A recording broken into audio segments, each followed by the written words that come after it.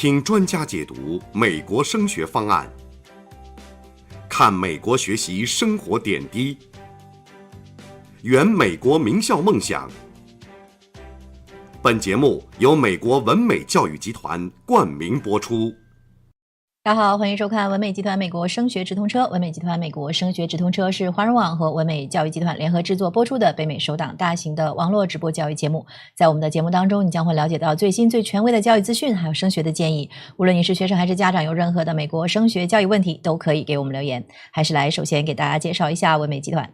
美国文美集团，美国大学申请规划服务第一品牌，20年经验，万博士领衔常春藤顾问团队，中美双顾问模式服务一个学生，按照大学录取学校排名收费，与孩子形成利益共同体。华人老品牌，值得您的信赖。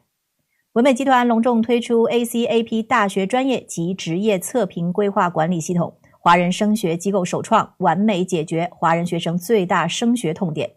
人工智能提前锁定大学专业方向，提前2到5年布局申请。有了专业测评系统，孩子的课程规划更清晰，活动更聚焦，文书更有故事感，大学申请更有竞争力。5到11年级学生都可以报名参加测评。文美集团1对1非营利组织成立运营领导力项目，让孩子从参与者变为领导者，真正成长、成人、成才进名校。5到11年级学生均可报名参加。文美集团社会影响力联合国网络义工课程，节省孩子时间，做名校认可的社会影响力，高大上义工。5到11年级学生均可报名参加。今天我们为大家邀请到了前宾大的招生官，同时呢也是文美集团规划部文科项目的主管 Miss Mayer 来和我们解读案例，从全剧到普林斯顿大学的录取2份申请揭示的残酷真相。下面有请 Miss Mayer。 Hi, welcome to our college counseling seminar. My name is Miss Meher, and today I'm going to talk about the myth of a perfect application. This is going to be very interesting. I'm going to make it sound like a case study for you all.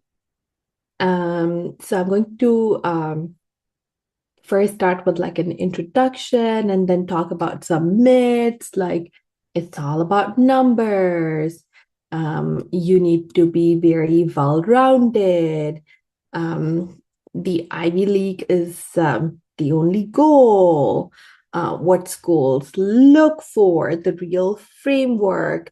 I'll be covering all the myths, and then I'll also talk about how we can better support the students, and then towards the end I'll give a brief summary and add some closing remarks. So let me talk about a hypothetical student. Let's call her Maya. Maya had a 4.0 GPA. She took 11 AP classes. She scored a 1560 on the SAT. She was also the president of the school student council. She was the captain of the debate team.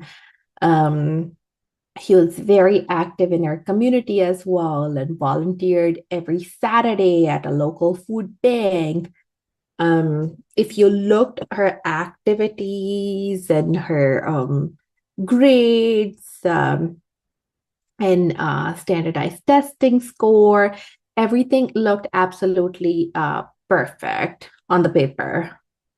And the outcome, now let's talk about that, the fun part. What happened? What were the results?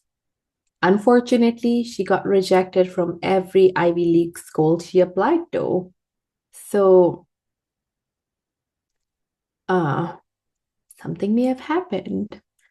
And then I will tell you about another hypothetical student called James. James had a 3.7 GPA, solid but not jaw-dropping.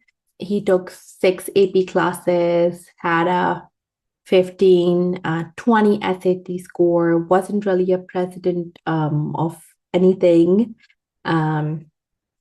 But James had spent 3 years building a podcast about the economics of a small town in America.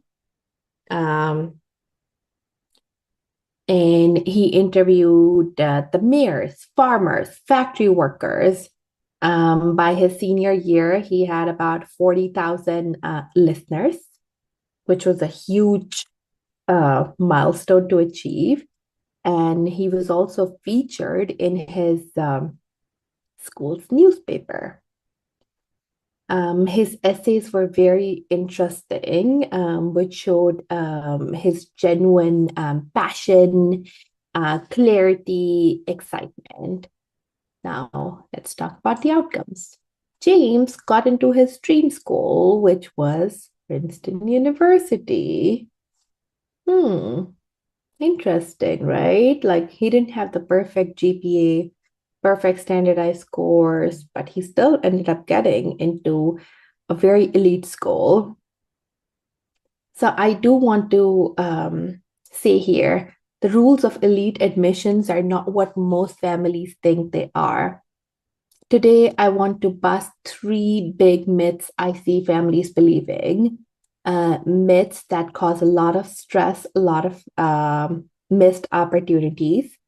And then I'm going to show you what elite admissions officers are actually looking for when they open up an application of a student. So whether your child is in 9th grade or just starting out, or in the 11th grade, a junior, or you're a senior watching this video is going to matter for you.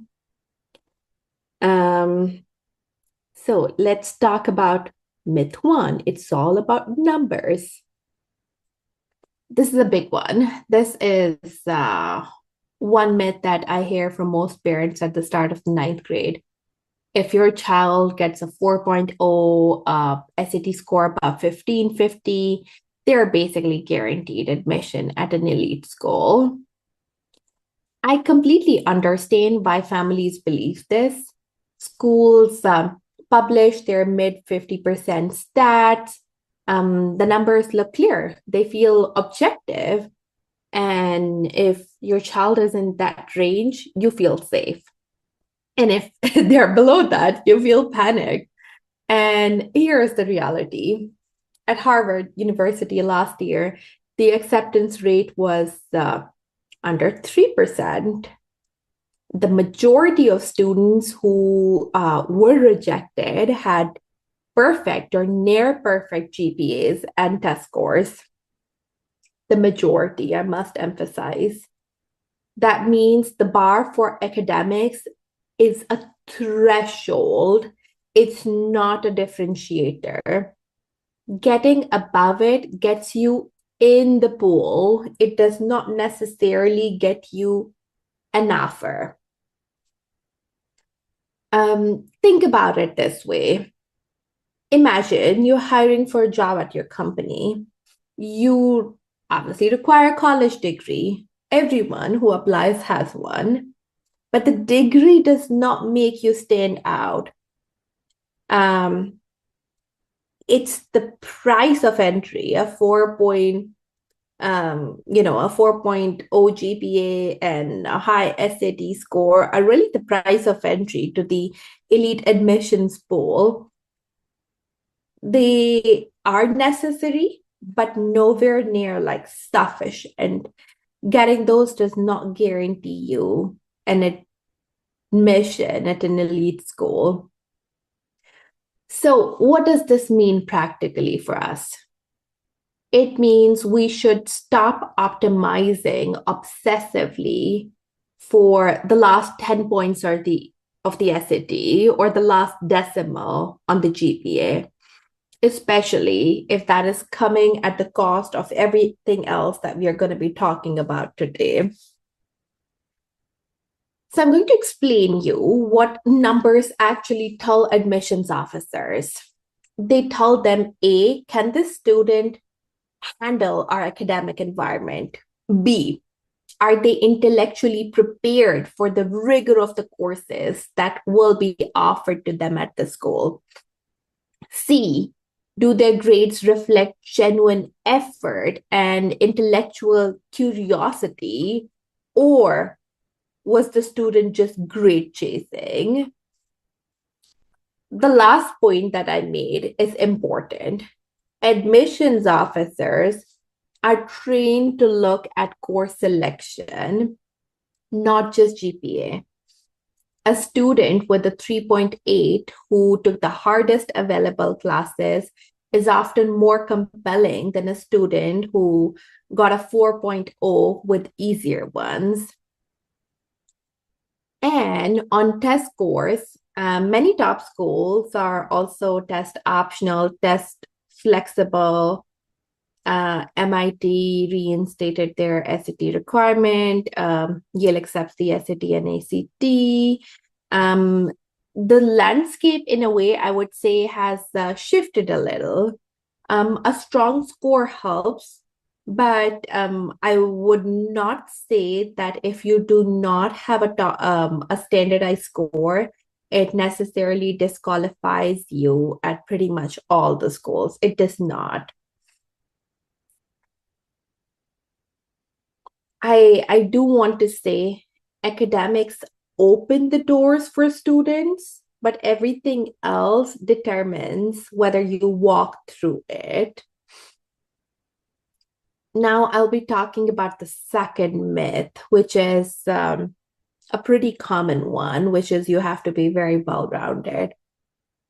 And I would love for us to break it because it surprises almost every family that I've worked with. The myth is, and I'm going to explain in detail, the ideal college applicant does a little bit of everything. They need to have a sport, they need to have art, they need to have community service, club, leadership, maybe a job on the side. They have to be a well-rounded, impressive human being. And I do want to say, elite colleges are not looking for just well-rounded students. Or I would say well-rounded students.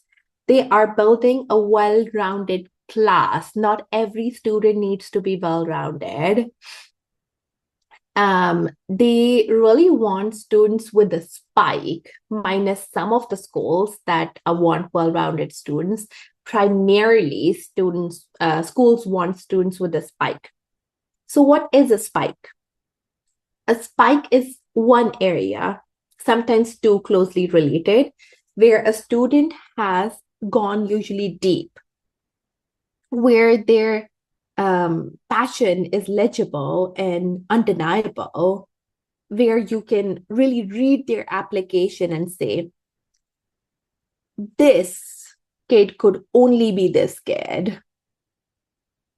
I had a student, I'll call her Sophie.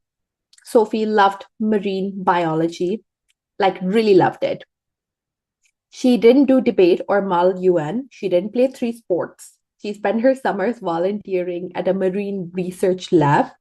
She built an independent project tracking microplastics in local waterways.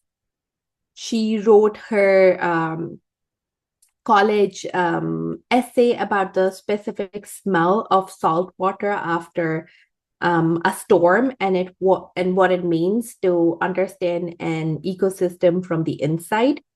She also presented her project at a regional science fair. As you can tell, Sophie had a clear spike: marine science, environmental research. Everything she did pointed to that one thing. Admissions readers at her top school choices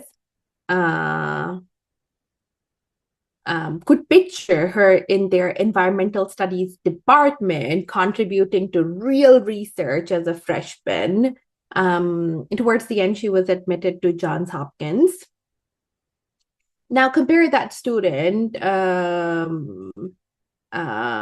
to a student who, let's say, is a student council president, plays varsity soccer, does community service, is in 3 clubs, has no particular passion for any of it. On paper, the student looks busy, right? They're doing pretty much everything. In the application, how admissions officers would read it is that they are literally just checking boxes. and admissions officers can tell that. Now let's delve a little bit into how to develop a spike. So if you are a parent, start by asking, what does my child actually care about? Or if you're a student here listening to me, think about, what do I really care about? And don't really think about what looks good, but think about what really excites you or what really excites my child. And then go deeper into that one thing rather than broader across like 5 things. Really look for ways to make your passion visible through research, through projects, through competitions, through publications, through community impact. The spike should connect across activities, essays, and recommendation letters. It should be a very cohesive narrative that is kind of evident through your whole application. Now, I want to be balanced here. A student who is deeply passionate about one thing and reasonably engaged in few others is ideal. Complete neglect of everything else isn't really the goal. So when I'm saying there needs to be spike in everything connecting, yes, for like the first few of your activities and a first few of your honors and awards, but that does not mean you don't do anything else. If you're interested in marine biology, you do it for the rest of your high school and you don't do anything else. That is not what I mean. It does not mean that you neglect everything else. But if you're spending Saturday mornings, doing 3 different activities that you kind of feel lukewarm about, you might want to rethink. And I do want to say here that if you have some passions that you haven't explored as yet, or things that you think you might love, please try them. Go deep, and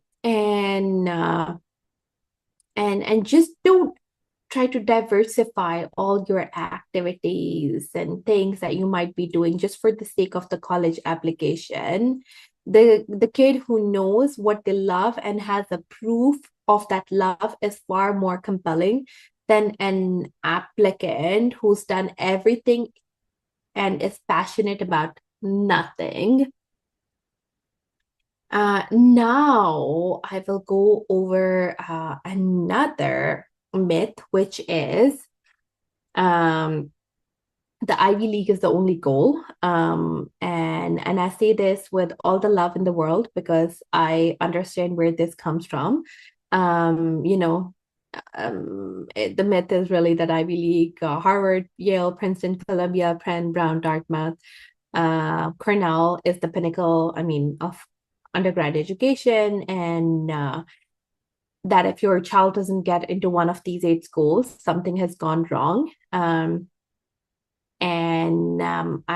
get it, but I have to be honest with you, and because you're listening to me today, and I want to give you some meat here. The brand name, of course, matters, but there are also some schools which are not Ivies, but are equally or even better.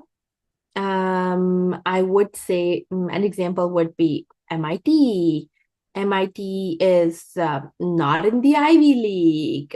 Neither is Stanford, neither is Johns Hopkins, neither is U Chicago, Duke, Northwestern, Georgetown, CMU. But all of these schools produce graduates who go on extraordinary careers, research breakthroughs, and live very meaningful lives.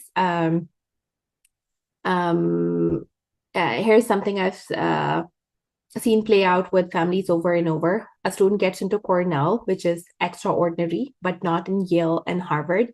And sometimes we feel like, this is a little disappointing. But I do want to say that sometimes like that is really the right fit, because you can find the right research opportunities, the right lab, build genuine friendships there, and could even graduate with honors in a job you can get that you absolutely love.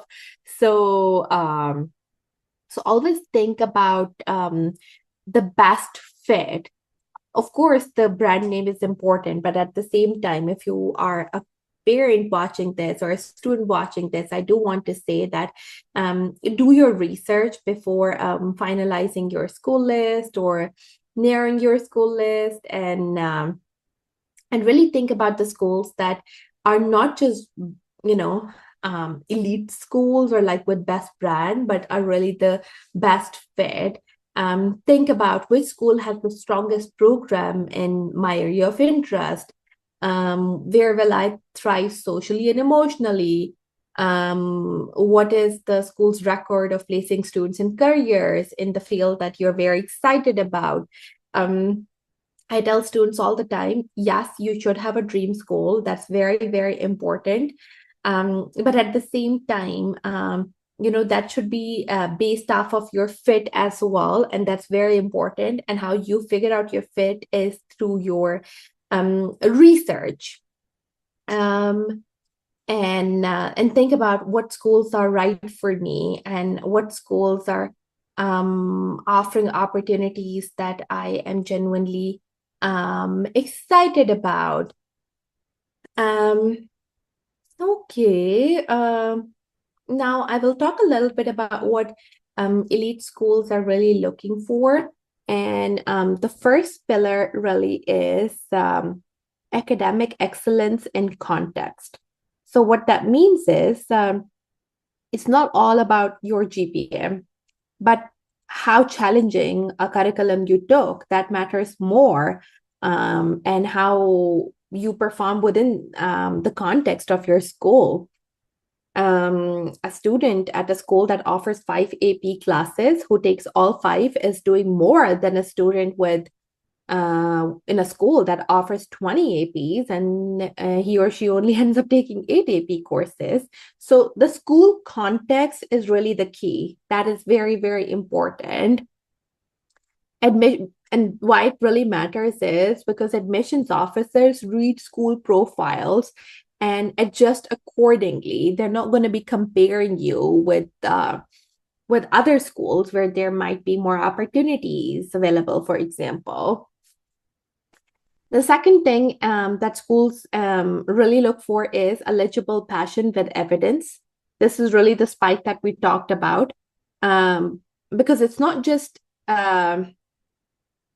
enough to have a passion. You need to have evidence. So essays, activities, recommendations, and ideally some kind of external validation is important, like a competition, a publication, a project, community recognition, which shows this isn't a resume line, it's a real part of who you are.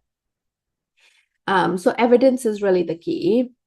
The third pillar is character. So who you really are beyond your achievements. And this is where the recommendation letters become very, very critical.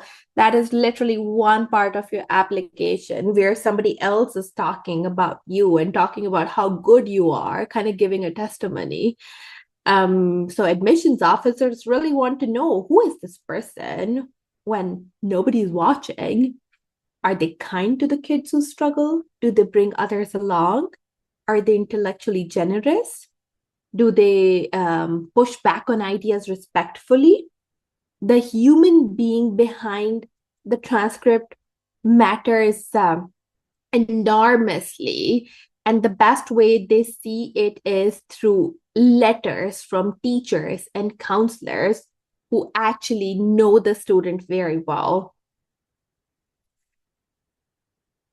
Now, I will talk a little bit about the contribution to the campus community. Elite schools are really building a community. They want to know, what will this student add to our campus, to our classroom, to our dorms when the real conversations happen? And this is why demonstrated interest matters at some schools, why campus visit records are noted, and why activities that show community contribution and not just personal achievement resonate.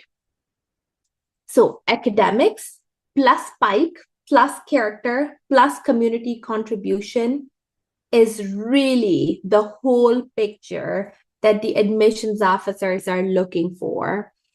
And then the essays, I do want to spend just a couple of minutes on this because it matters enormously and is misunderstood as often as anything else. The college essay is not a resume in paragraph form. It is not a list of your accomplishments. It is not an explanation of why Harvard is your dream school. The college essay is a chance to show the admissions reader something true and specific about who you really are as a person that they cannot see from other parts of the application. The best essays I have read are usually about small things. A student, an example would be a student who wrote about the specific way her grandmother folds dumplings and what that process and the way that she'd fold dumplings would teach her about, or what it actually taught her about patience and precision. A student who wrote about getting lost on a hiking trail and what silence showed him about himself. So you don't really need grand, sweeping, save the world kind of narratives. Sometimes just specific, honest, human moments are just enough. And that's really, really the key. I do want to say that, I gave you some context about the different myths. I talked about it's not all about numbers, well-rounded is not really the goal. The spike is more important for some part of your application. And I also talked a little bit about academic excellence and the context, eligible, passion with evidence, character, and genuine contribution to a community. I do want to say that if you are just starting out high school, you're sophomore, you're a junior, you really have time, a real time. Use it to go deep on what matters, not wide enough on what impresses. And if you're in the 11th grade, I do also want to say that think about how to make your spike more visible now and the application time. Think about who your recommenders are and whether they really know you. At this time, you should really be thinking about the recommendation letters as well. And if you are a senior, obviously you're not building anything new. You're really telling the story of what you have already built. But try to do that as clearly and honestly as you can. Your essays matter, your interviews matter, and just be yourself. Being yourself is very, very important because that is really evident through your applications. And I reiterate this all the time. And I think this is all we have today. I hope this was helpful for you. And I will see you next time. Take care. Bye for now. 感谢 Miss 梅尔今天和我们的分享。你有任何的问题呢，都可以直接来咨询文美集团。美国文美集团，美国大学申请规划服务第一品牌，20年经验，万博士领衔常春藤顾问团队，中美双顾问模式服务一个学生，按照大学录取学校排名收费，与孩子形成利益共同体。华人老品牌，值得您的信赖。文美集团隆重推出 ACAP 大学专业及职业测评规划管理系统，华人升学机构首创，完美解决华人学生最大升学痛点。人工智能提前锁定大学专业方向，提前2到5年布局申请。有了专业测评系统，孩子的课程规划更清晰，活动更聚焦，文书更有故事感，大学申请更有竞争力。5到11年级学生都可以报名参加测评。文美集团1对1非营利组织成立运营领导力项目，让孩子从参与者变为领导者，真正成长、成人、成才进名校。5到11年级学生均可报名参加。文美集团社会影响力联合国网络义工课程，节省孩子时间，做名校认可的社会影响力，高大上义工。5到11年级学生均可报名参加。感谢大家的收看，我们下期再见。